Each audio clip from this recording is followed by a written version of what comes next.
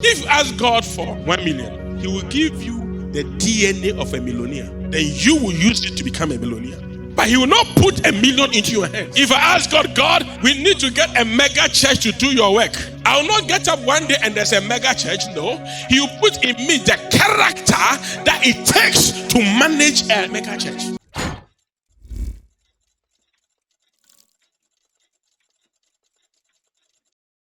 Sometimes we also walk with God and we assume that God has got to do it because He is God and He has to do it because you have prayed, He has to answer. Forgetting that He also has some requirements. One of the questions everybody has asked, why did God watch Eve eat the tree without intervention? How can God intervene when He's not in control?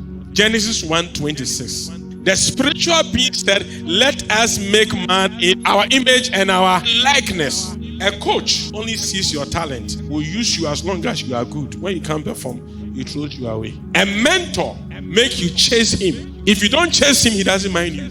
A friend is only needed when you are in the day of trouble. But a father gives you his DNA. The very thing that he or she has done to become what he is, that's what he inputs into you. In other words, let us make man to have a particular DNA. We have angels. We have cherubims, we have seraphims. But we don't want man to look like them. We want man to have this DNA, image and likeness. He wanted man to have a certain kind of thought process. And that kind of thought process is what will give man dominion and authority over Satan. Any other thought process will not. The rich people have the same mentality and poor people have the same mentality. Becoming great is a DNA. An athlete will go training for 5 years, 6 years, 7 years to run 9 seconds. I know what we believers we do. We pray 2 minutes, we want $1 million. In this our world, is the unknown that controls the known. The known does not control the unknown. He said, let us make and let them have dominion. God did not have the dominion. The dominion was with man. Everybody who thinks that God is going to put $1 million in your hand, you are a joker. That dominion is not in God's hand, it is in your hand. If you ask God for 1 million, He will give you the DNA of a millionaire. Then you will use it to become a millionaire.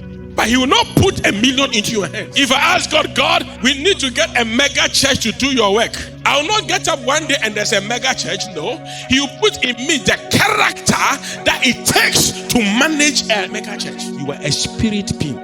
Your body is just a house. If I lose everything I have, I can have it back. Because those things did not make me. I started from zero. And I have, by the grace of God, been made what I am today. But if somebody gives you a thing, if the person is not there, you have ceased to exist. Because your life is dependent on what the person gives you.